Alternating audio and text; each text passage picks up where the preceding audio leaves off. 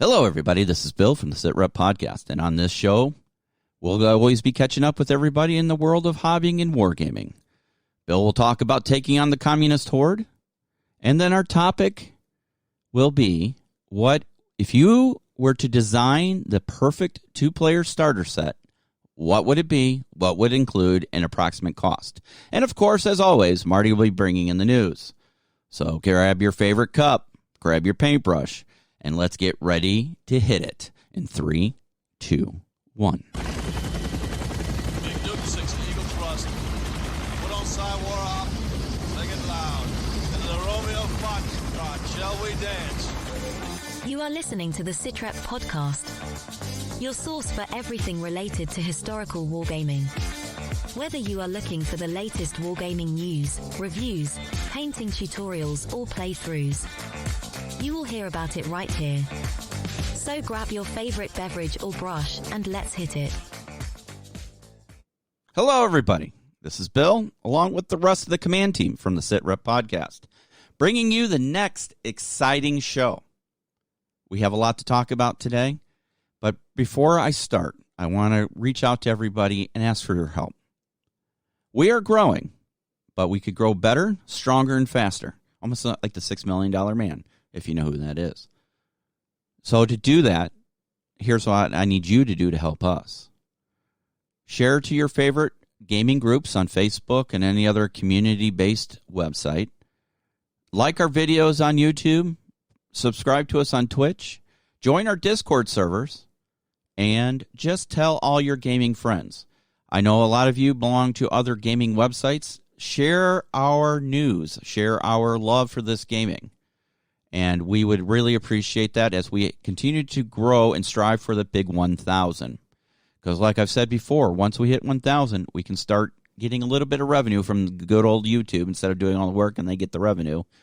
And that would help us support our channel and help us grow. So, are you ready? Let's hit it. Guys, welcome to the show. And with me today, as always, is the full command team. Mr. Wimmer, how are you, sir? I'm doing fine. How are you guys doing? All right. And then there is Mr. Martin. How are you, sir? Good morning, all. Yep. Ready to go. Let's do some stuff. Fantastic. And there in sunny Florida is the man, the legend, Mr. Big Jim Oriskany. How are you, sir? Good morning, everybody. How you doing? All right. So let's start off, as we traditionally do, with some hobbying catch-up. Not the stuff you put on hamburgers or fries, but, catch up. Anyway, who would like to go first today? Because I really haven't picked anybody. Anybody want to start? Looking for volunteers. You know what they say about volunteering in the Army?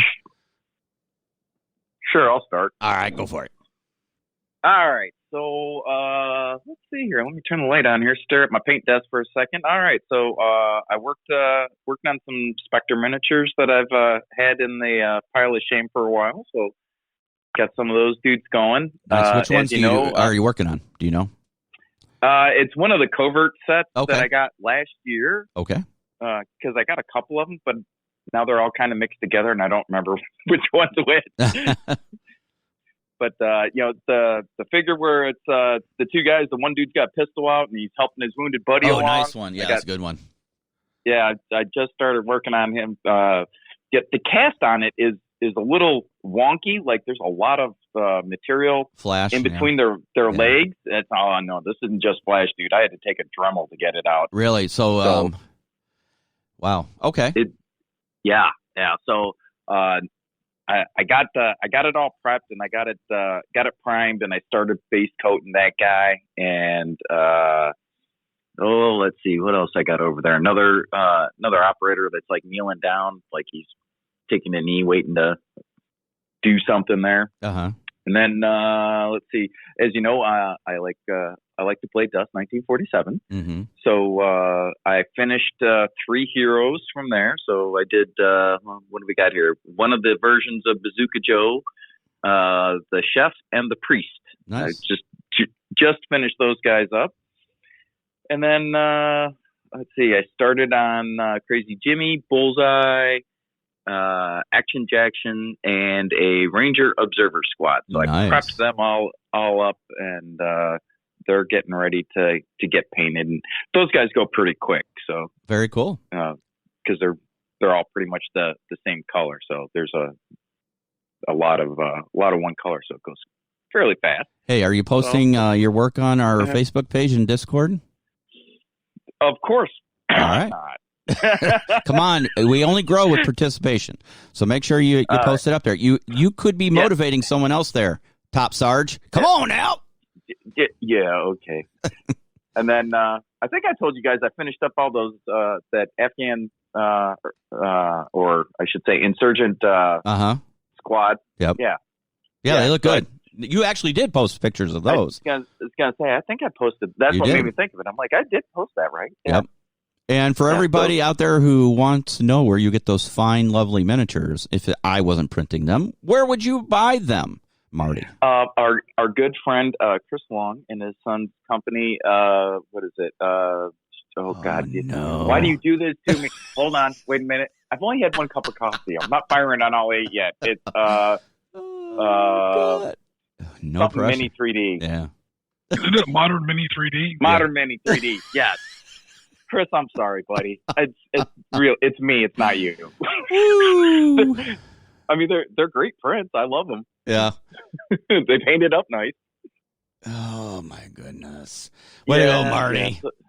So there's that, and then I did a little organization in the old hobby area because it'd been a while since I'd done that. Yeah. And you know how you just kind of go along and. I'll put that away later, or I might need that for this next guy. Well, you've seen my hobby room, so of course I know what you're talking about. Yeah. So that was building up a little bit. So very cool. Just kind of put some stuff back where it belongs, and very cool. Gave myself some more space to work on the stuff I'm pulling out, and I got I got a little storage case from Chris that I'm gonna see if I can make into a miniature transport case. Okay. So, if you magnetize the bases and then just put magnet sheets or metal sheets in the base of the thing, you can store stuff that way a lot easily. That is actually what I was thinking about doing, because I think I still have some real thin sheet metal down in the garage that I can put on the base of this thing. Yeah, I tried those stick-on magnetic sheets. You can buy from like crafting stores. They're not strong enough for minis, so literally you need like some thin metal sheets to line the bottom of your drawers, and then just take some, not the really strong rare earth magnets, but something a little less strong, because otherwise you might break things off bases trying to get them off. So, but yeah, you can go that route. That's always a good thing. Well, I've got a bunch of those like 2mm magnets, and I don't know if that would be strong enough, but I figured I would test drive one of those to see if that would work. And if not, I'll go to the store and find something that will. Yes. All right. Very cool. Anything else? But yeah, that's pretty much what I've been doing. Although, I don't know if I put it in the news or not, so maybe I should shut up. All right. Why don't you shut up? Yeah, I've been looking at a Kickstarter. All right. Shut up. So we'll talk about that later. All right, and rolling on to Chris, sir. Well, as much as I would like to have done something this week, or the last 2 weeks, I am focusing on maintaining my certification for work. And so there's a lot of mind-numbing training to go through. Gotcha. No, understandable. So, yeah, okay. We get you. Sir, Jim? It is yours floor, sir. Not too much, to be honest. There's a lot going on. It's just not strictly SITREP related. Right. A lot of flight testing for Valor and Victory Stalingrad. Nice. That has sort of percolated back to the surface as far as, the list of priorities. So, yeah, we got all this maps done, all the scenarios designed, everything got submitted over to Yobo War Games, I think, at the end of June. Mm-hmm.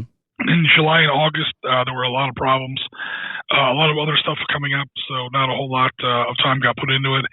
And Now, as we get, a little bit closer to, again, no one really knows when this is going to be released, but as we start to get closer to an eventual release date, a lot more playtesting has to go into this. And especially since I'm finding, some problems in these scenarios. Yeah. So it's a lot of playing the same scenario, 8, 10 times. Can get a little boring sometimes. Right.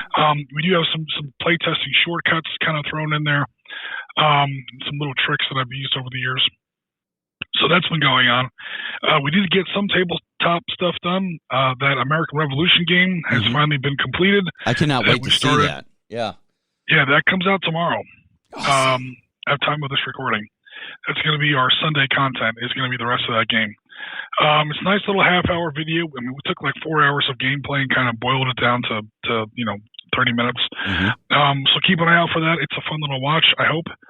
And very that's cool. Pretty much it for the moment. Very cool. All right. And then next weekend you're doing Valor and Victory playtesting. Is that what I saw? You had something already going for next weekend for your gaming weekend? Yeah. One of our players was interested in Valor and Victory. He's normally one of our Panzerleader players. But he's seen some of our Valor and Victory stuff. He's like, hey, I want to try that game. So great. We're going to do some Valor and Victory. And to kind of kill two birds with one stone, we're going to take a look at one of the scenarios that have been designed for upcoming further releases of Valor and Victory. Well, again, more playtesting. Nice. Good. Awesome. I so look forward to that. All right. So for me, I have quite a bit cooking. So as you know, I painted up a chieftain on Wednesday night, and I painted it true to the box art. So it really matches box art. I went a little different on some aspects, but the paint scheme itself is the box art. The one thing I'm not 100% happy with, but I'll go back and do, is, Jim, what is that on the barrel of a chieftain? Is that some kind of thermal wrap that the camouflage the heat off the barrel? What is that stuff? Do you know what I'm talking about? That brown wrap that they have? Where's Gaz when we need him? I don't know, but a lot of tanks have that. The M1 has that. The RH-120 has it. It's not as obvious because it's not in segments. Another nation's tanks that it's really obvious on are Soviet. Like you look at T-72s and T-80s. You look at their gun barrels. It's on there in these little almost centipede-like segments. So it's also really obvious on those tanks as well. But all tanks basically have them. Yeah, it's a thermal sleeve. Okay. I didn't know M1s had them, honestly. It's all one piece, so it's not quite so obvious. Gotcha. But if you go down the fume extractor and then you go all the way down to the very muzzle of the gun, down by the MRS, it almost looks like a forward sight post. That's not what it is, but that's kind of what it looks like on the very end of the muzzle. You'll see where the barrel suddenly gets a little bit thinner all of a sudden at the very tip. That's because the whole barrel is basically a big thermal sleeve, I believe. All right. I don't really work at General Dynamics Land Division, but I'm pretty sure that's what it is. It serves... Yeah, I'm not an engineer, so I don't know all the details. But number one, it keeps the barrel a little bit cool so that it doesn't quite show up on enemy IR quite as. The M1's going to show up like a Christmas tree on IR. The turbine engine, yeah. That's one of the Abrams' many weaknesses. Yeah. But what it really does is it keeps the barrel cool, because as the barrel starts to get hot, especially if it gets hot more in one area than the other, it actually starts to warp a little. It'll droop. Nobody likes a droopy barrel.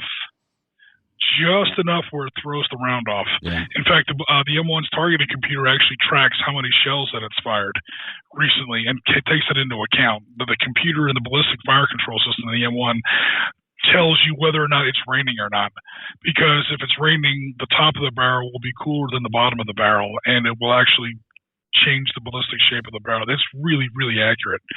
So that's part of what that thermal sleeve does, is it keeps the barrel temperature regulated for a number of small reasons. Yeah. I think more importantly, it's for long range accuracy, because again, it's going to make it a little bit tougher to see the barrel in infrared, but again, any tank, especially the M1, has a really high thermal temperature anyway. Yeah, I'm pretty sure the jet engine's going to give it away. Yeah. Very cool. If you have thermal capabilities, you'll see it. Yep. So yeah, I'm working on. So I did that. It took me once I had so many freaking technical difficulties on Wednesday night. It was ridiculous. At one point during the video, you see the camera get knocked all over the place and things like that. But when I get down to the actual airbrushing live on camera is never easy. I've done it like twice, and I damn near went crazy. Painting is bad enough. Running a stream is bad enough. Painting on camera is crazy. Airbrushing on camera, I mean, some people make it look easy. I don't know what their secret is. Yeah. So, I am definitely, believe it or not, guys, I mean, anybody who knows my painting table knows I have a ton of paints.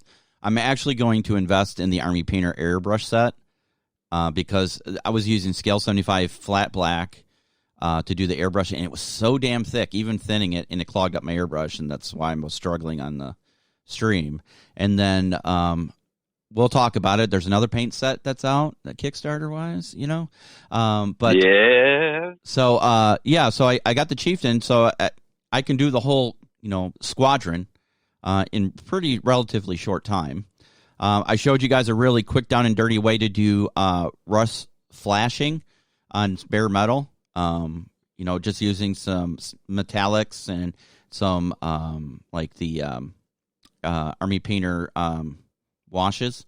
So how you can do flash rust, or putting some rust on the ends of the tread tracks on your tanks and stuff like that. So really quick and easy. It's not going to win any painting contests. I could go back and do a whole bunch of detailing on it to bring it up to competition standard, but this will get you on a table and it'll look pretty good. So, and to be honest with you, I think 99% of people want something that looks good, but they can get it on the table pretty quick. So that's kind of the goal of my little quick video series is how do I paint something that looks pretty good and it can get on the table, without investing tons and tons of time. So, question for you, Bill. Yeah. Did you knock your camera over because you didn't have Marty there to knock around? Yeah, that's true. Well, so for those people who watch painting videos and all kinds of videos, it's really, especially when you're doing a live stream, you need 2 people minimum, right, to run a live stream. I mean, Jim does a fantastic job by himself, but when you're doing those kind of things, you really need somebody to run the video production side or the streaming side, your board, comments. When you're painting and all that, all you should have to worry about is I'm painting and am I in frame and in focus. But even those points should be the person that's sitting behind the monitor telling you, hey, make sure, bring it right, left. Oh, it's not in focus. They're the one worrying about the technical stuff. You're worrying about the presentation stuff. But when you have to do it all, it really complicates things, right? That's why. And now, on top of all that, try to win a war game against a live opponent. Right. Now you look at my win-loss record and you're like, oh, this is why Jim always loses. I may be putting 25% of my brain power into the game because I'm worrying about all this other stuff. Yeah. See, we thought it was just because you were a gracious host. Yeah. Yeah, don't take anything away from yourself. So. I would try to be, but at the same time, it's really hard. For Marty, we know why he loses. It's the dice hate him. It's because I suck, yeah. And we'll talk about it a little bit because I was going to talk about, the game that Rasmus and I played that Jim moderated last weekend. When I took on the communist horde of North Korea. I had some really good dice rolls in the beginning, and then by the end, it turned around and Rasmus was just rolling hit after hit after hit. And, it was still a pretty close game, by the end of it. I think, I lose by 3 points? 3 victory points, Jim? 28 to 25 was the final score. So, it was my 5 South Korean tanks against his 13 North Korean tanks. You know what really did it for me? And like I said, there was 2 lessons I took away from that game. One was hull down. Still not a tank commander. I'm still not a tank commander. 100%. Not a tank commander. But I should have put myself on the ridge, hull down, and just let them come to me. And 2, those, what were they called? The rockets, where I initiated with the long shots. Took out some the case dams. Yeah, the case. So if I had really gone after him, I should have just expended all those in the first turn to 2 turns instead of holding on to some for later because he closed those gaps so quick I couldn't use them, right? So in that case, it became tough. Later on in the game. So, because they have for people in the chat, they have a minimum range. Yeah. Of about 1,000 meters. They're indirect fire weapons. So once RASP was close to within 1,000 meters, 20 inches on the table, it became tougher to actually employ those weapons. Yeah. So I mean, it was a good game. Battle Carry Sabo is a Jim Oriskany production creation, and that we've been growing here on the SitRep podcast. So guys, if you are into armor combat, you guys got to check these rules out and this game out. It's pretty awesome. And it's a work in progress. Jim is always fine tuning it. That's it's while we're presenting these games and playing them, it's really play testing, in an aspect. So if you guys want to jump in and help create and play test something, live, reach out to us at sitrep.podcast@gmail.com. And what else was I going to say? Oh, yeah, I got a couple other things. So believe it or not, everybody who knows me knows I hate fall because it's the season of death, and I hate winter because I cannot stand cold. But I'm actually looking forward to a really cold, snowy winter. Why, you ask? Because I figure if it's cold and snowy, I'm not going to go outside. I'm not going to do crap. I'm going to sit in my hobby room and get through a lot of stuff, right? You bought a snowmobile, didn't you? No, I did not. Do you remember the last time you and I worked on a snowmobile? Didn't we crash it? Like 35 years ago? Yeah. So, no, but seriously, because I've decided, I am an outdoorsy person, but I'm a fair weather, warm type outdoorsy person. I don't mind the cold if I've got something that I'm doing, like, when I had my horses. I didn't mind going out with my horses. But just to go out because that's not happening. So that leads me to an idea. I'm the idea guy. I'm thinking about, we go. That's right. So, we're going to have the Dead President's weekend, hopefully, if this freaking COVID shit would go away, or at least die down a little bit, right? I'm thinking about having a hobby, come have a hobby weekend with us, where people can come in and help us build terrain and help us work on projects. And, we'll have, giveaways, and everybody will get a T-shirt for attending. So something like that. Yes, it's getting people to help me go through my pile of shame, right, and work on terrain. And obviously have some gaming and stuff like that. So, there would be some giveaways and prize support and stuff like that. So I'm seriously thinking about doing a hobby weekend, right? So we'll see. Lastly... Was it Mark Twain that got other people to paint his fence for him? That was Tom Sawyer. Okay. So, lastly. But good try. Good try. Lastly, Jim, you have inspired me. Again. So, we have another rule set that Jim has created that is, unique. I apologize to the whole community. Thank you, Jim. As well you should. So, Jim has created another rule set that is a SitRep podcast production unique rule set. It's called Skirmish SitRep, right? So, what is the inspiration? I'm going to take those rule set, and Chris's lovely bride, Michelle, gave me a whole bunch of 1980s G.I. Joe figures. Does anybody see where this is going? Uh-oh. We're going to play G.I. Joe using SitRep Skirmish SitRep. So, yeah. That's what we're going to do. We're going to see a lot of D12s in our future. That's going to be some big terrain. Right? Yep. So, yeah. So, what are those? 3 3/4 inch figures? I believe they are. So, yeah. But now we have to figure out the weapons, right? Because they all had these goofy weapons. So, yeah, I figured why not? Let's go outside the box a little bit. Basically what it comes down to is I have this stuff sitting. How can I war game with this? I have some G.I. Joes. I'm not going to pull out my 12-inch G.I. Joes, the originals. Those, yeah. Can you imagine playing that with the full-size G.I. Joes? That'd be crazy. Well, so you could play a skirmish game with them, though. Yeah, you could. It's almost think about it. Yeah. That's almost Warple bike scale. That's right. That's exactly what I was thinking. Yeah. But I you would know that if 54 and 75 mil stuff. You know, I remember as a kid having my old G.I. Joes in the backyard, and we did battles. You know, now you could do those with the 12-inch figures in the backyard with a rule set. Yeah. Damn it. I don't know.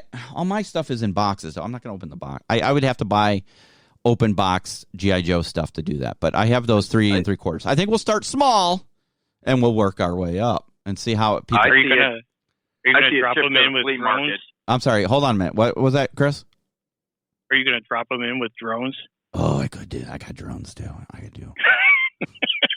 I see a trip to the flea market. That's what I see. Nice. Find somebody's old jacked up G.I. Joes. You know, go spend $5 a piece on right? it. Like, okay, here but we seriously, go. you know, with all those 3 3/4 ones, you know, they have that G.I. Joe headquarters, you know, battle station, whatever it was, and the Cobra one. And remember that big giant aircraft carrier? Yeah. I was just about to mention the carrier. The Flag, I believe it was. That thing is huge. I mean, huge. But, you know, you can find it once in a while if you go for a ridiculous amount of money if they're in really good shape. But who knows? Maybe we'll just create our own. We'll just get some MDF and build our own. Yeah. Right. So, You got the pool. I do have a pool. I All was right. gonna say, if you're going to build a carrier on that scale, you better start with some plywood. Never mind MDF. MDF's not going to be strong enough. Your thing's going to be like 12 feet long. Yeah, that might need to be fiberglass. Well, no, we just build out. Be... We can build it out of wood, and then when we're done with it, we take it to the range and just light it up. So, I mean, it's going to be a canoe. Let's be real. Right? Or a John boat. You know, you can get a John boat for like $300. Yeah, a crappy one, and we can just convert it to a carrier. So, yeah, there you go. Yeah, that'll make Dawn happy. See that floating around in the pool. All right. Hell. Well, all right, so I have an alibi.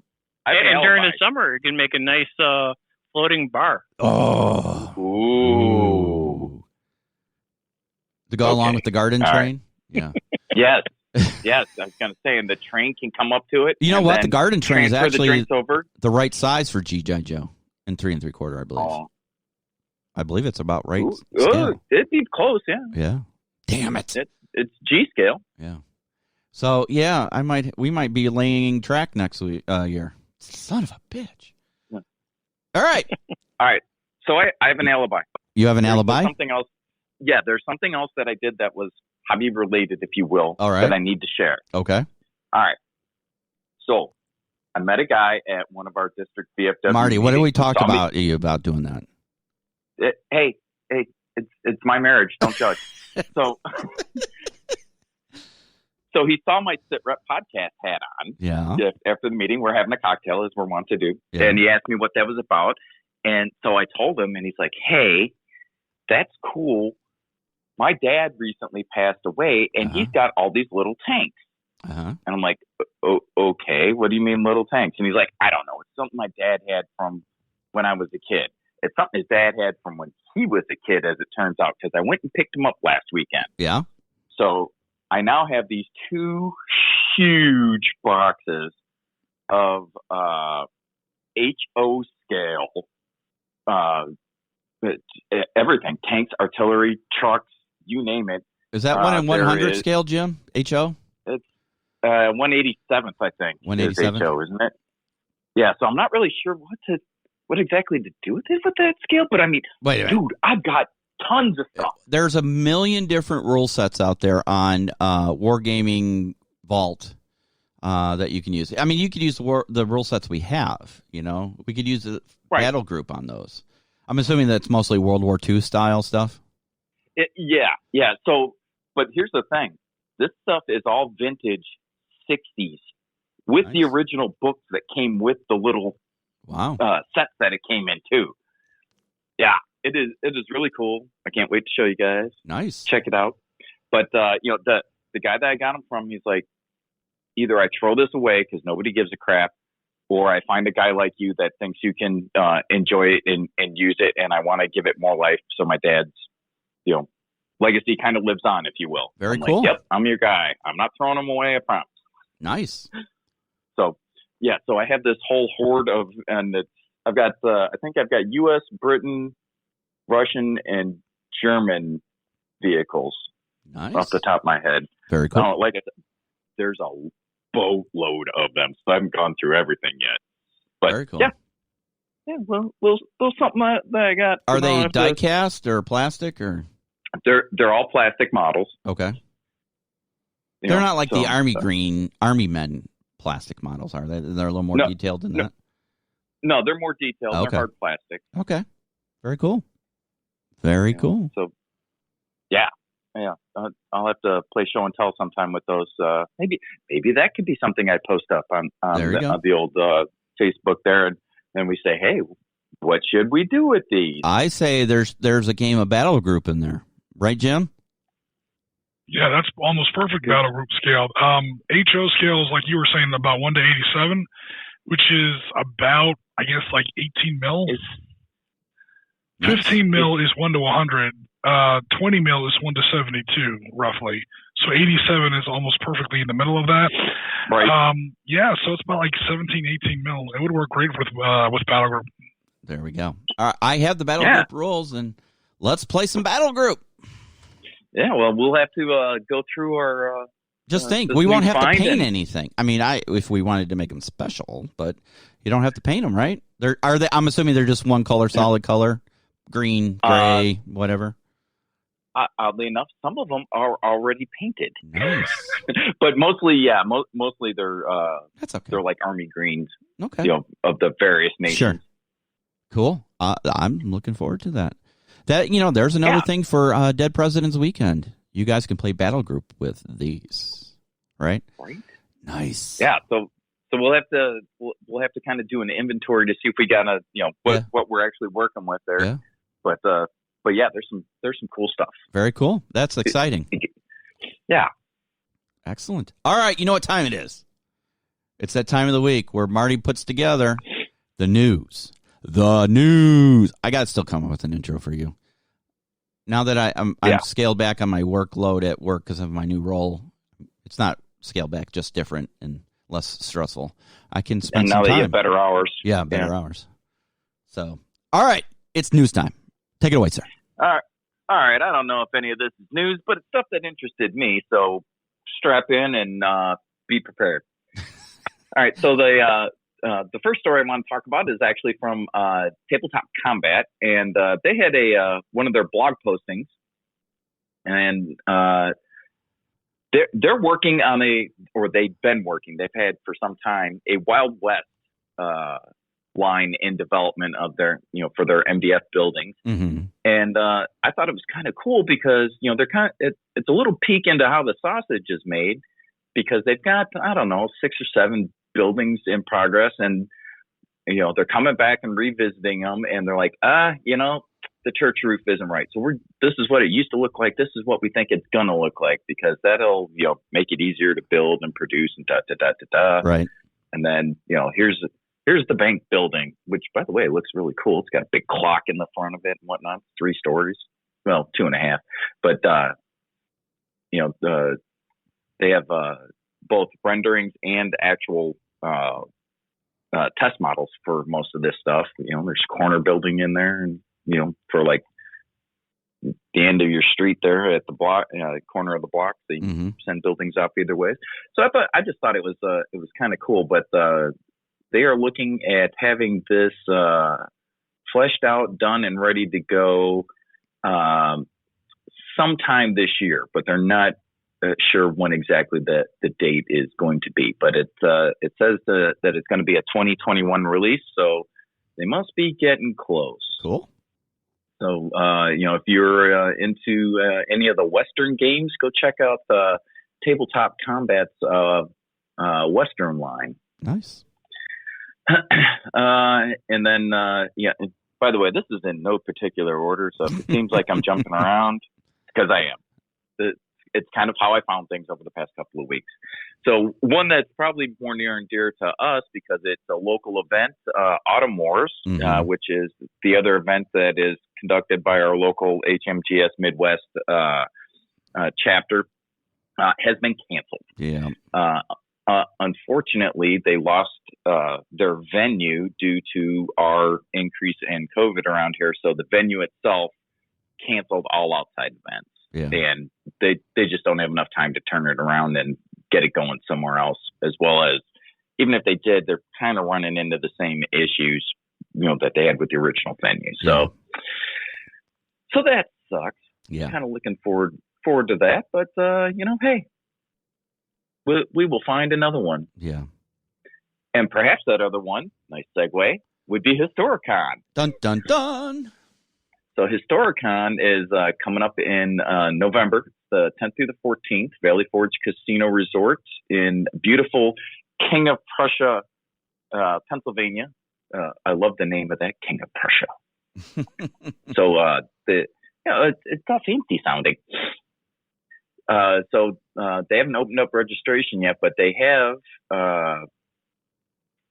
the preliminary event lists and tournament lists available up on their webpage. Yeah. They also do War College, which is like lectures and speakers and whatnot, as well as some other stuff. They're still fleshing that out, but go to the HMGS webpage if you're interested in Historicon, and you can see that list. They've got it's like a 50-page PDF, so there's a lot of stuff going on.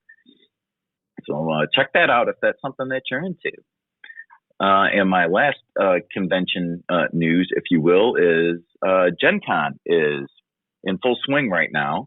And if you didn't go down to Indy to enjoy the show, or because you didn't want to be around them all because there's a billion people there, which I get, I'm not the huge crowd guy myself, they have an online convention, if you will, that goes along with it. So they've got a bunch of online events that are running, and right. You can go to gencon.com/online, see all their events.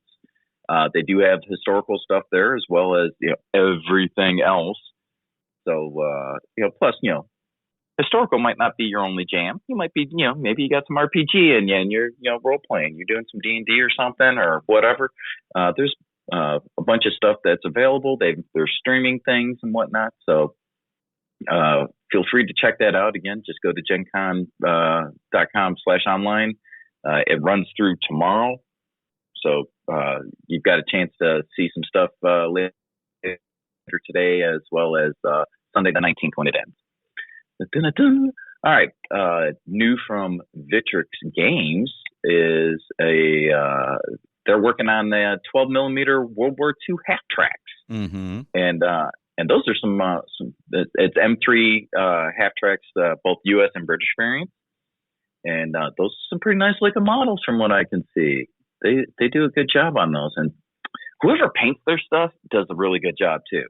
Just FYI. I don't know who paints it, but I like their paint jobs. They do good work there. But it's expanding the 12 millimeter World War II range, and it's fairly extensive range for those guys now.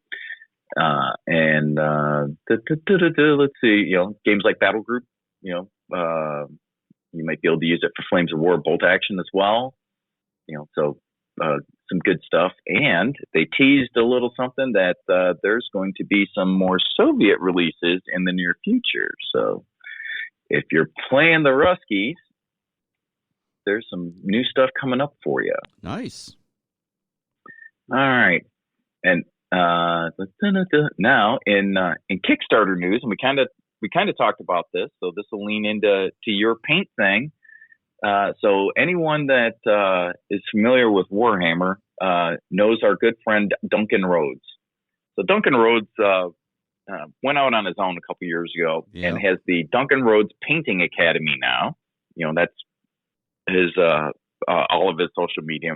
How he is out there today mainly. And he has a Kickstarter for his own line of paints, which oddly enough is called Too Thin Coats Paint. Yeah. I know we're all shocked to hear that from Duncan. But I can't say how good or bad they are, obviously, because they're not really out there. But what I can tell you is that it sounds like he and Roger put a bunch of work into this, And they're saying that, that's the world's foremost paint chemist working with Duncan to create the perfect shadow, midtone highlights and washes for everybody. You can back it for one bottle for $4, and then you pick your color.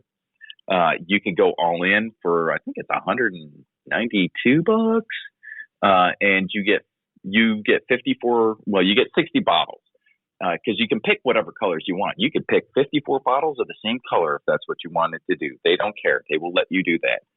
But there are 54 colors and 6 washes available. So backing them at the $192 level could get you one of everything in the line. Yeah. So and then there's some pledge levels in between there as well. But looking at this is the hard thing. All right, so looking at the examples of what he's painted, the problem is Duncan is painted with several other different brands of paints, and his stuff just looks really good. He's a great painter. Yeah. So I'm like, I don't know if that's the paint or the painter, but they sure do look good. So if you're into paint, that's one to think about. Most and definitely.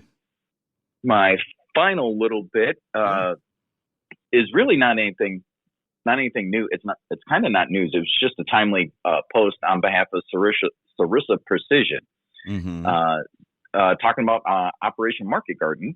Which anniversary was yesterday. But they have a whole line of MDF stuff for specifically for Operation Market Garden. There's a series of 9 bridges.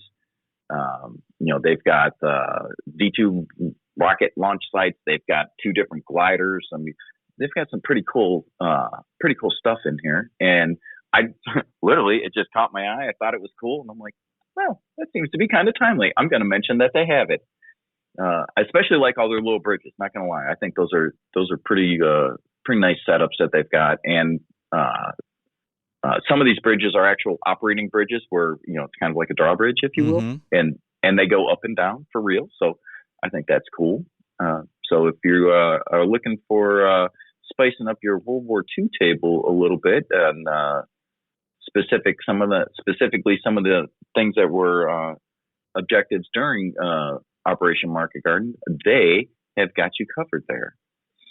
And then they've also got the range is extensive. They got a bunch of other stuff in there for their World War II range, as you can imagine.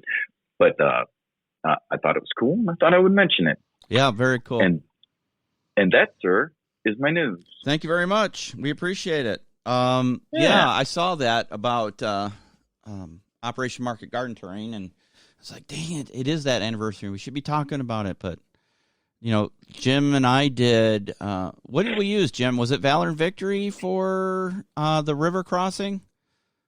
Yeah, we used Valor and Victory on a battalion-level Uber game of Valor and Victory for the Vol River crossing. Yeah. So definitely a big one. It was. So, before we get into our big topic, it just makes me, how do I play the entire Operation Market Garden? With the Irish Guards leading the ground, I hate to say assault, but really it was just traveling down that stupid highway and those side roads that, they were limited to. It wasn't assault. They had to crank that initial line. They had to clear all those towns along the way. Yeah, it was a series of assaults, really. And then the airborne operation, with Nijmegen, Eindhoven, and Arnhem. And we know that's the part Bill really wants to do. Right. So I'm thinking it has to be 3 mil. Got to do it 3 mil. That's the only way. It's the only way you're going to be able to play the entire thing from start to finish. It's so small. I mean, I'm just saying, the fact that it's a 60-mile long run, really shouldn't affect the scale. You've got a big backyard. We can make it fit. All right, we'll go to 6. But yeah, I really 3 mil. I mean, Jim would probably say 3 mil is probably the starting point. You'd have to go smaller. Have you seen some of those? Like, what are they? 2 mil? Ridiculously small. I mean, I thought 3 mil was small. Super small. Yeah. I mean, it's basically a little dot on a movement tray or a base, right? So you wouldn't even be able to tell what it is. But yeah, Or I'd love to do that. I might have to break out my Avalon Hill game from Arnhem. So yeah, or play some close combat on the old computer game. I have the Arnhem expansion, so might have to do that. If you're really stuck on the idea of miniatures, which if you're going to do the whole operational scale thing, from the phase line all the way up to the actual river crossing over the Rhine, miniatures just aren't going to work. Yeah. You'd have to go down to like 1/10 of a millimeter scale or something. So, no, I'm not kidding. I know. It has 60 miles and 60 miles, and it's at least 60 miles. I think it's a little bit more than that. But anyway, it's 60 something. I can't remember what exactly. It's 60 something, and then there's like the battle right before that actually breaks through the line. Then there's Arnhem itself, right? And assuming that you're successful, you're going to have to get people across the Rhine in Arnhem, which means a bridgehead of a certain depth. So it's going to be a little bit more than that. But anyway, I think the way to do that is to have the way most people would kind of do this kind of thing. Market Garden is not a battle; it's a campaign. Mm-hmm. So you run it like in a campaign style where you have some kind of big operational map, whatever kind of system for your logistics, for your non-combat movement, and things like that. And then whenever combat actually starts, you draw up a quick miniature game based on whatever that engagement is, and you play it out as a series of miniature games. Yeah. At whatever scale. And that also allows you to zoom in on little, important 200 meter, 500 meter, 1 kilometer, grid boxes, so to speak, and, play your miniature games at, more fun scales that way. Yeah. Awesome. Speaking of campaigns, guys out there, we have a campaign we're creating called Butter Bar to 4-Star. Make sure you check out our initial talk-up video, creation video from a few weeks back. It's on our YouTube channel, and you can find it on Twitch and on Facebook. Join the Discord server, and you can learn more there. I believe, Jim, you posted the rough draft of the rules/criteria, and we'll be very rough, but it is up there. Yep, and we'll be revisiting that here shortly to continue the momentum. I know several people have already talked about what armies they're going to use and what campaigns and battles and things like that. That's exciting. I painted my chieftain because it might or might not be part of my campaign. Maybe. So I'm still working on that. And make sure you check that out here shortly. All right, moving on to. So go ahead. So how can I work Sergeant Sitrep, my miniature, which is obviously from the channel? How do I work him into this campaign? Well, you could start out as Jim designed. You could start out as a senior NCO, right, Jim? Yeah. Use either Sitrep Skirmish or one of the other skirmish-based games, and start him off as a squad leader or a sergeant, staff sergeant first class. I don't know what. I'm assuming you're going to U.S. Army. A first sergeant of a platoon or something like that, or a company. A senior NCO, like Bill said. Yeah, because I'm I got to get that guy on the table. Right. So you know what though, we gotta use him. We'd have to rescale him for you. I'd have to print him up at a smaller scale and get him more. I'm assuming you want to go 28 mil, because he's not 28 mil right now. I don't think. I think he's bigger than 28. Yep. So no, he's 28. Is he 28? Okay. The one I have anyway. Okay. Yeah. Well, never mind then. If you're okay with his goofy rifle and helmet and stuff. Yeah. No, he looks great. Come on. I own it the way that he is. I like. All right. Very cool.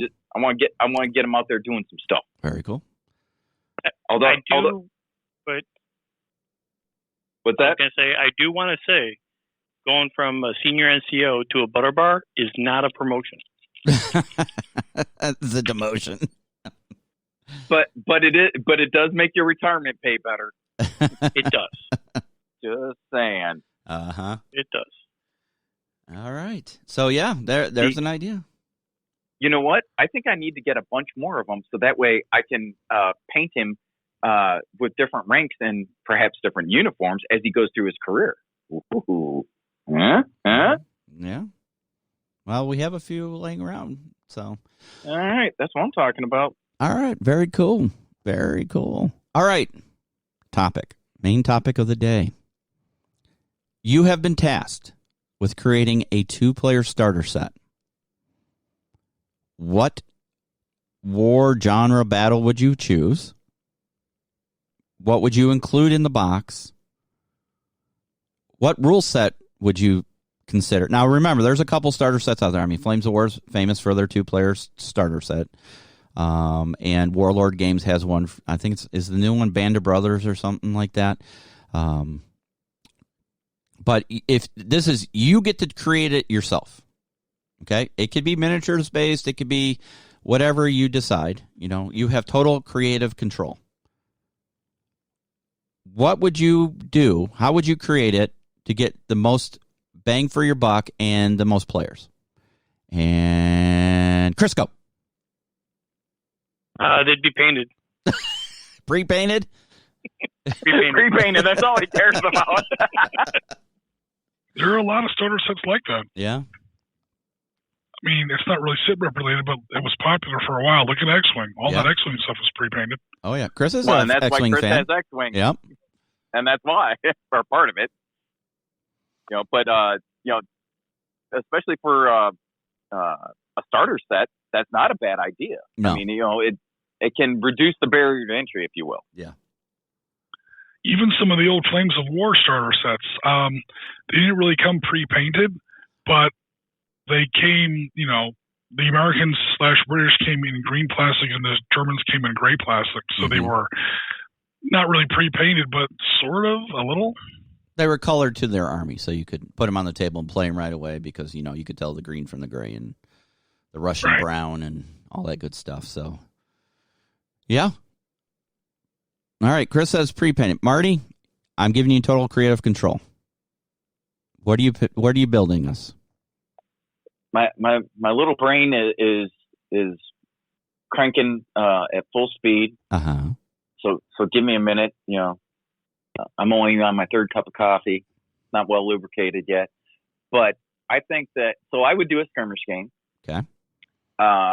It would have probably 2 sets of 4 to 6 miniatures apiece. Okay. So your good guys and your bad guys. So I'm assuming you're talking 28 mil for scale. Yeah, probably. Okay. Yeah. Okay. Because I'm into that.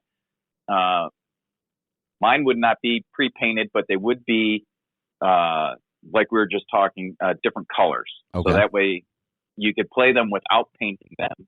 Are they pre-assembled, literally open or do you have to and, assemble them? I think I would do 1-piece cast, pre-assembled. Okay. Yeah.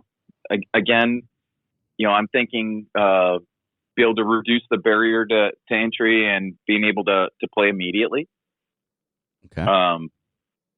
Let's see here. I would also include some basic terrain. And that may not be super fancy stuff. It may be something like Delta 1-0 includes cardboard cutout Connex containers. Yeah. You know, but it gives you something to start with, and you can always improve from there if you know if that's your jam. Right. But you've got something to use. So it would have to have something to use, and I would do some sort of modern, Iraq, Afghanistan type of setup probably. Okay. You know. Very cool. I think, yeah. Very cool. And then a rule set that has kind of some basic rules so you can get into it easier, and then perhaps advanced rules as you get more into it. Because again, I'm kind of thinking like if this would be sort of a gateway miniatures game, if you will. Right. In my mind, so that way people can get their head around it, and they're like, okay, this is how we move, this is how we shoot, and then as they progress, they're like, okay, well, now we can get into more complicated moves, better weapons, that type of thing. Yep. Sounds good. Very good. All right, Jim. And do you have anything? I'm sorry, Mary. Go ahead.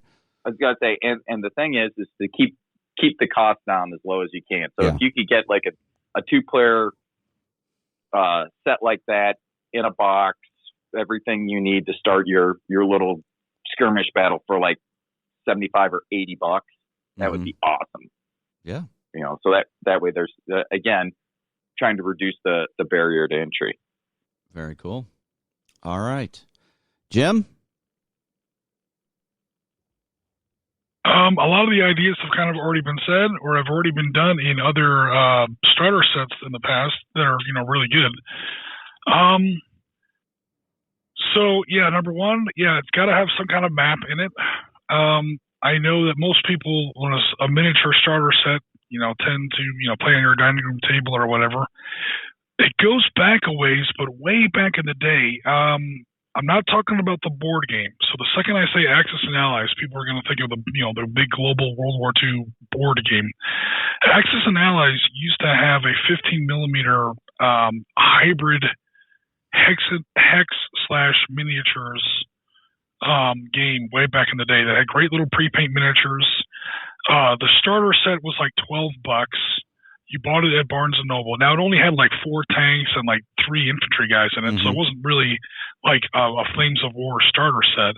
But it came with a little fold-up paper map in there that you could unfold, and, now you had basically a pre-made table that came in the box. It was just paper, like a mat, like almost like a gaming mat you would buy.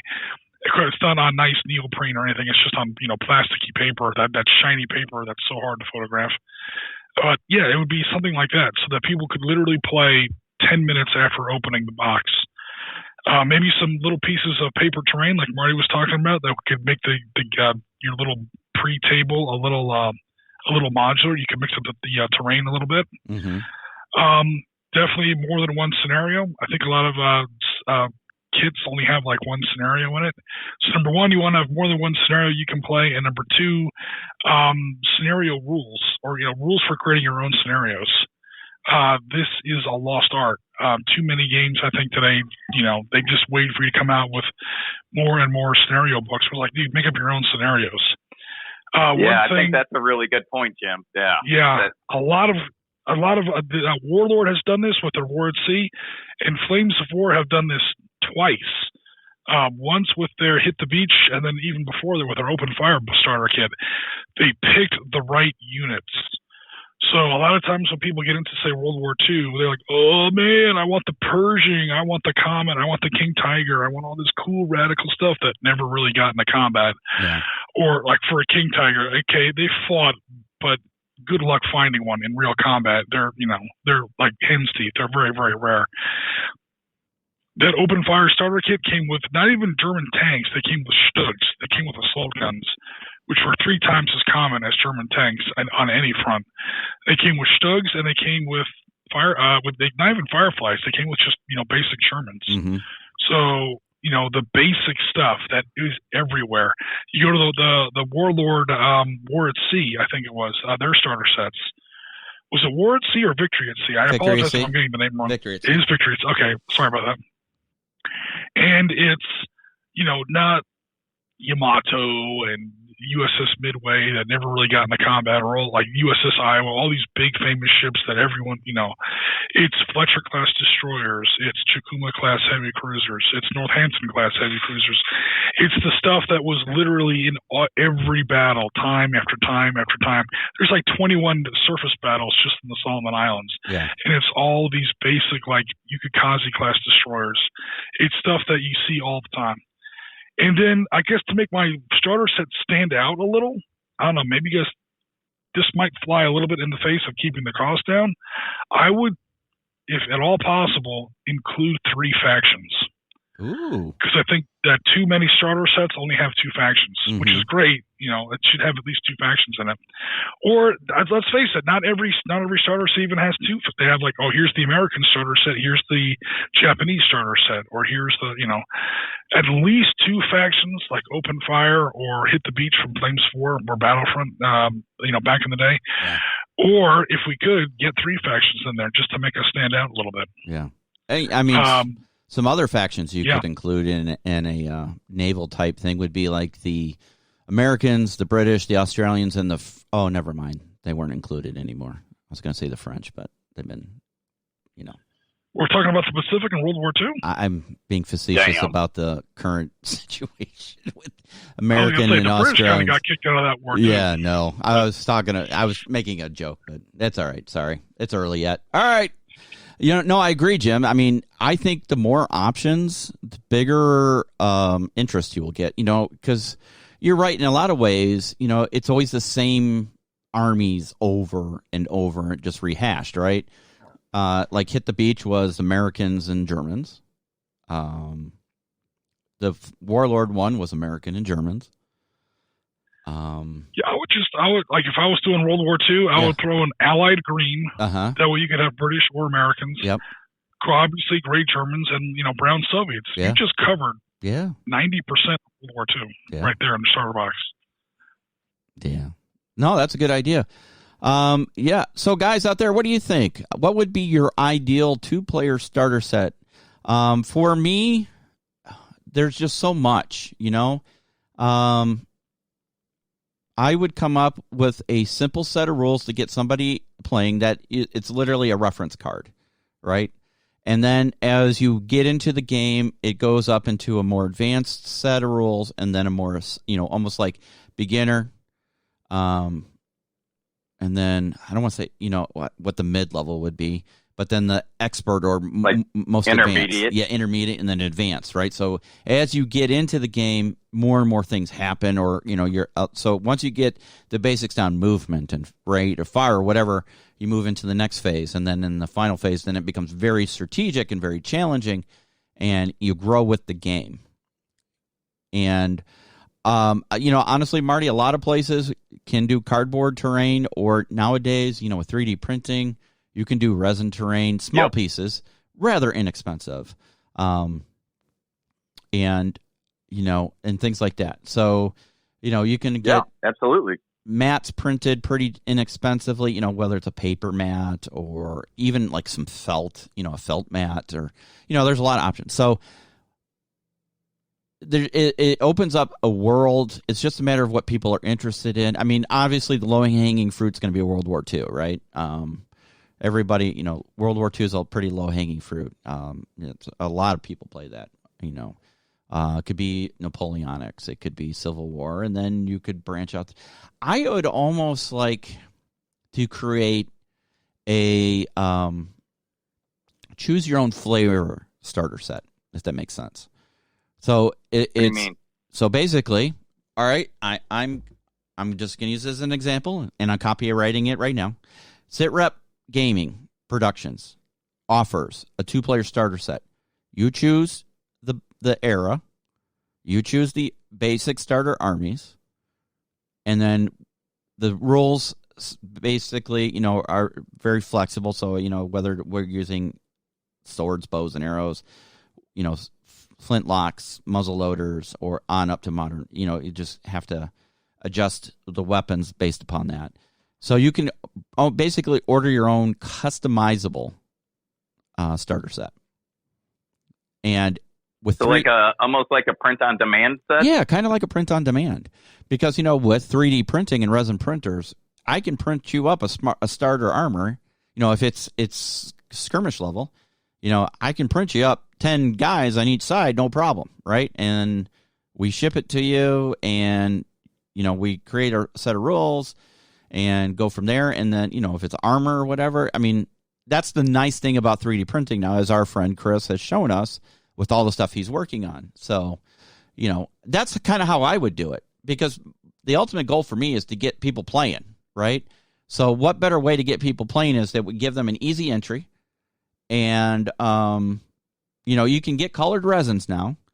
And so you can print up army green, American green, British green stuff, one color resin and gray resin. And, so you can get all that done and ship it out, and people could have their own set of army. And, honestly, you could buy bulk lichen. So you could throw in some little lichen bushes and stuff. So they have some trees, the options are unlimited right now, for game design and what you can offer people.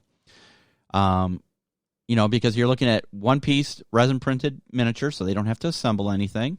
Because that, for some people, they don't want to assemble it. They just want to get on the table and play. So why not, right? And then it's, I really want to do a World War II skirmish game. Or I want to do a World War II bigger game, so you're printing in a smaller scale, and then now they can do a tank battle. It could be in 6mm scale or 10mm scale, whatever, right?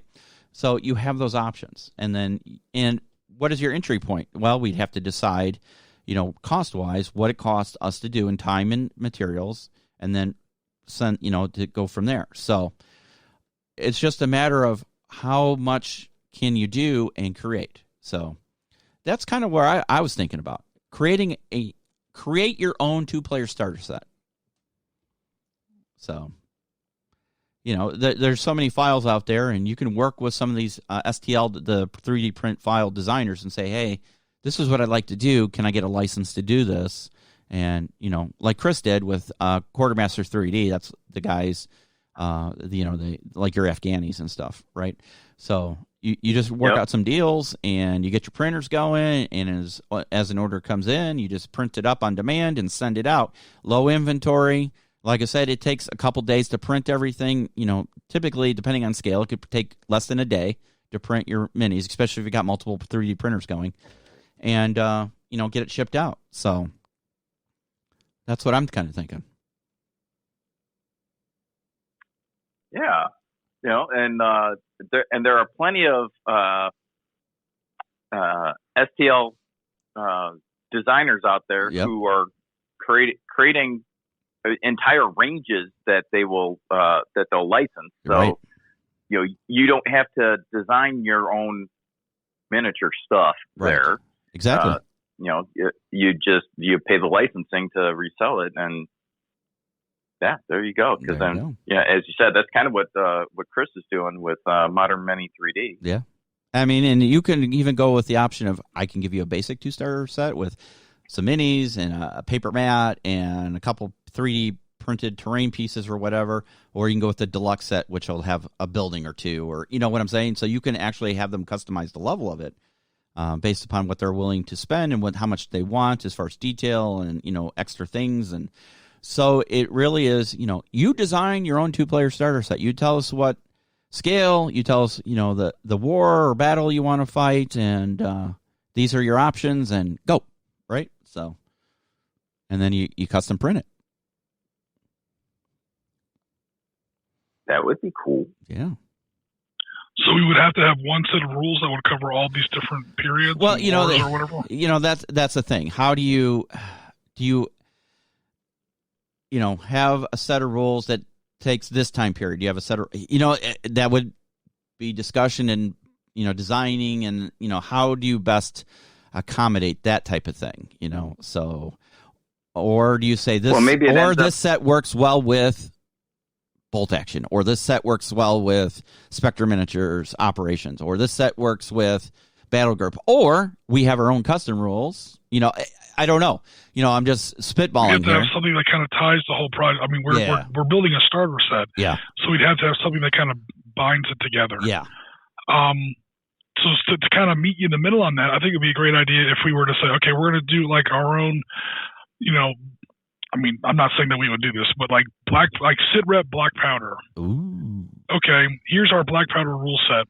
You have choices what you want your starter set to be. English Civil War, American Revolution, French and Indian War, Napoleonics, American Civil War. You get like 5 choices. Yeah. But I think it would have to be, because we have, that way you have like one set of rules that kind of binds the project together. I think if we say, okay, we're going to let you have ancient Rome, Crusades, American Civil War, and modern, special forces operators, that's our project. You're not gonna design a rule set that can cover all that. I mean, that's true. No, you're right. You're right. Something like that. Yep. But yeah, something. I mean, it's like I was saying with the 3 factions. There are so many great starter sets out there. I think if we were going to, I don't know, maybe I'm already thinking like this is like going to be some kind of business, which I'm not. But if we were going to kind of get out there and build our own starter set, we have to put something out there that is going to stand out from the rest of the field. Right. We got to offer something that nobody else does. If we just come out with another green U.S. Shermans versus, great German Mark IVs, we're not going to get anywhere because there's already great starter sets out there that dominate that place. Exactly. No, those are all the things to think about. Again, the reason we talk about these topics is to get your creative juices flowing out there and go, what could I do? What should I look for? Those type of things. And, this is always an educational, idea-driven show where we talk about wargaming and how to be creative and get you gaming, or if you're more on the hobby side, what can I do from the hobby standpoint? So, that's why these topics are out. And, if you guys, there I go saying, again, if you guys have ever followed this channel for some time, while we are a wargaming channel with an emphasis on moderns, I think our underlying foundation, if you will, is game creation. I mean, we do, and we, by meaning Jim mostly, creates rule sets, and we play them. Or he takes other rule sets and fine-tunes them, like, his Panzer Blitz, and he meshes them, he improves on it and goes to Arab-Israeli wars, and then brings it to the virtual tabletop, in his games. So, but there are 3 rule sets I can think off the top of my head that we have done on this channel that are unique creations. We have an RPG called HK Ops. We have Battle Carry Sabo, and we have Sit Rep Skirmish. All unique that we play. And then Jim, if we have others, please, jump in. Those are the 3 that we've, and you have the Revolutionary War one too, right? Technically, yeah. Now, a lot of these are not really complete. Right. But like Battlefield Rebellion, that's pretty close to complete. Yeah. And also, we sort of create these. The reason we create these and we put them out there isn't really to we're gonna invent a new game and make tons of money or whatever. Because a lot of Battle Carry Sabo. Well, Battle Carry Sabo is okay. That's one thing, but say Sit Rep Skirmish is it borrows a lot from games like Force on Force. HK Ops borrows a lot from 1990, 1991 White Wolf. They used to call it Gothic Punk, now they call it World of Darkness.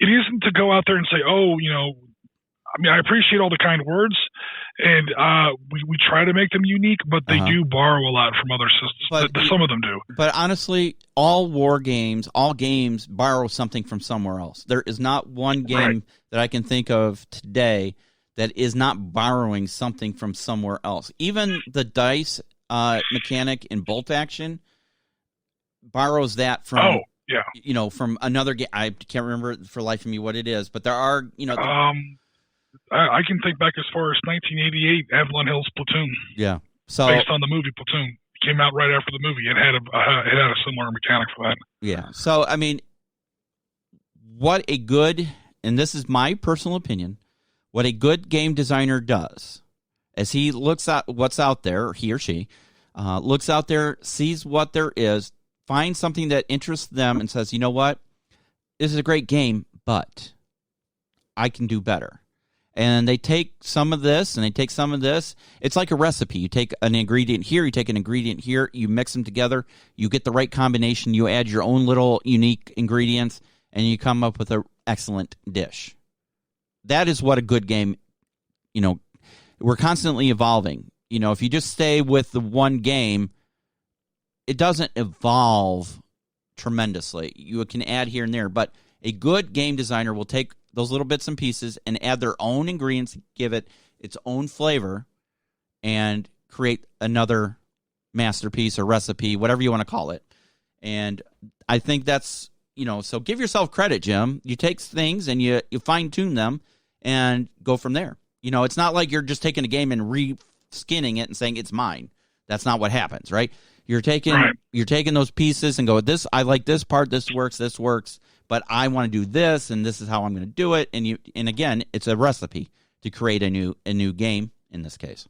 So and even if you're not trying to, okay, I see what's out there, I can do better. I don't think I can do better than Panzerblitz. Panzerblitz was designed by Jim Duncan. I'm not gonna say I'm gonna do better. They made up a new award for him when they ran out of awards to give him, Game Designer of the Millennium. So until the year 3000 comes along, I'm not gonna win that one. And then when I think he finally retired, they just named the new award after him. So now other game designers try to win the Jim Duncan award. Right. So yeah, when I redesign Panzerblitz or Panzerleader or Average Relay Wars or TCME, I'm not trying to say that I am, better than Jim Duncan or I can do better than he is. Right. But what we're trying, and this is the problem I've always faced, is even before COVID, is there's just nobody around me who really likes the game that much. I mean, there were a couple guys, but then he got married, moved away, moved up to the next county, got a better job or whatever. Just in case he's listening, there are some gamers around here, but very, very, very few. Just in South Florida, it's not a gaming community for whatever reason. There are some guys, again, they're on our Discord that run games down in Hollywood. I still got to get down there one of these days. But we had a local club around us that finally quit in 2014 or so. So the idea of either designing a game that works well in a web environment or taking existing games and adapting them for a web environment is something that I've been working on since, the World War D-Day Challenge was 2015, so 6 years now. Yeah. Trying to put any kind of board game or tabletop or miniature game even that we can. Battle Carry Sabo is mechanically a miniatures game. It's never been played in miniatures, but if you look at how it's designed, it's clearly designed as a miniatures game. Yeah. Sit-Rep Skirmish is a miniatures game. We don't play it with miniatures except that once.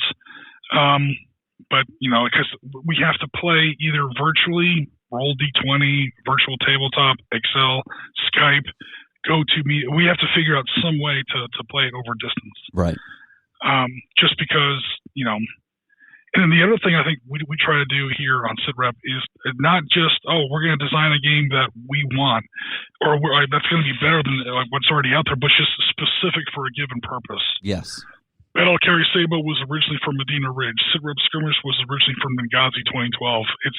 We want a game that's for this very, very precise either event, genre, medium of play, over the web or something, or for a specific audience. So, yeah.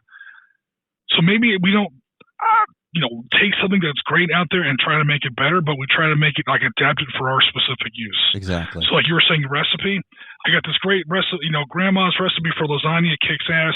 I've got one person in my family who is, gluten intolerant. I have to figure out a way to make low carb lasagna. Well, good luck with all that. But, once in a while you have to figure out, a way to make it work. Yeah. Yeah, definitely. So guys, there is some quote unquote food for thought. We hope you enjoyed the show. Before we close out the show, does anybody have any final thoughts or any comments? Before you guys answer that, I'm throwing out a challenge. I would like one of you guys to come up with the next show's topic. I want to see what you guys have cooking in your brains. So I challenge you, or to the people out there listening, comment on this podcast and give us a topic to talk about. I would love to have one of you all out there throw us a topic that we challenge us to get our little brains a working, to talk about a topic and research it, whatever.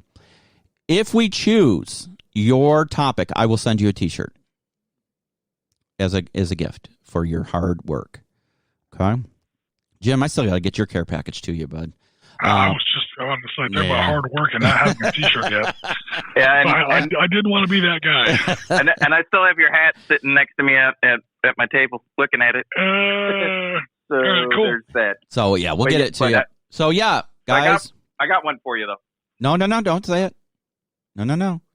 I mean, I got the hat for Jim. Oh, okay. So yeah. So you guys have 2 weeks to come up with the topic, right? So our next show will air in 2 weeks. And so make sure you comment on the show if you have a topic you want out. If we choose your topic, we will send you a T-shirt. I do have to send a prize to Ben, brother Ben. He hasn't sent me his address yet. So, Jim, you could probably email me that. And I'll reach out to him, and I'll get his address. Okay, perfect. Other than that, guys, I want to thank you for joining us on this episode of the Sit Rep Podcast. We're actually going to be a few minutes short this week, but that makes up for all those shows we go over long. So we want to say thank you to your continued support here on the podcast. Look for future events. Like I said, we have Dead President's Weekend I need to start working on. Look for our new website that should be coming shortly, and many other projects. And make sure you check out Jim's Sunday Wargaming. Tomorrow is American Revolution in miniature. That'll be awesome. And then Wednesday night, I don't know, because I'm going to be off grid for a week. I'm taking a break. I'm taking my vacay. Not really taking a vacation, but just taking a vacation. And then we'll be doing some more wargaming next Sunday with Jim. He's going to be doing some wargaming on his Sunday afternoon. And then the following week, we'll be back at it with the next episode of the podcast. So for Bill and the rest of the team here at the podcast, we want to say thank you very much for joining us. Make sure you like and subscribe all our channels. And thank you so much for your continued support. We will see you. Take care. You have been listening to the Sitrep podcast. We hope you have enjoyed the show. Make sure you like and subscribe to all of our channels on Facebook, YouTube, Twitter, Twitch, and Discord. Remember to join us every other weekend for a new episode of the podcast, and don't forget our other programming on Wednesdays and Sundays. Thanks for listening.